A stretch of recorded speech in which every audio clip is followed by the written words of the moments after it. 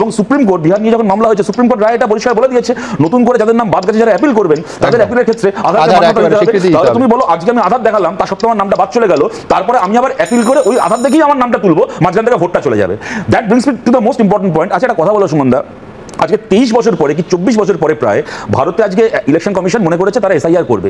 এরকম ভাবে এসআইআরটাকে করতে হচ্ছে যে রাজ্যে যখন ভোট তার 3 মাস 4 মাস আগে সেখানে এসআইআর ঝুলিয়ে নিয়ে যেতে হচ্ছে। কেন আমি কথাটা বলছি, আজকে ধরো বিহারে এতগুলো নাম বাদ গেল, কেমন নামগুলো বাদ চলে গেল, এবার সেই মানুষগুলো অ্যাপিল করবেন সবকিছু করবেন, সেগুলো আবার মানে কেস টু কেস স্টাডি করে সেগুলো আবার ইনক্লুডেড হবে অথবা এক্সক্লুডেড হবে, ততদিনে ভোটটা পার হয়ে যাবে। আজকে পশ্চিমবাংলায় অক্টোবর মাসের 15 তারিখ থেকে বলছে সার্ভিস শুরু হবে, মানে মোটামুটি আমরা আশা করতে পারি নভেম্বরের এন্ড থেকে ডিসেম্বরে আসবে ভোট, তারপর ফাইনাল ভোটার লিস্ট জানুয়ারি মাসে প্রকাশিত হয়ে যাবে, ডিসেম্বরে শেষ করতে হবে।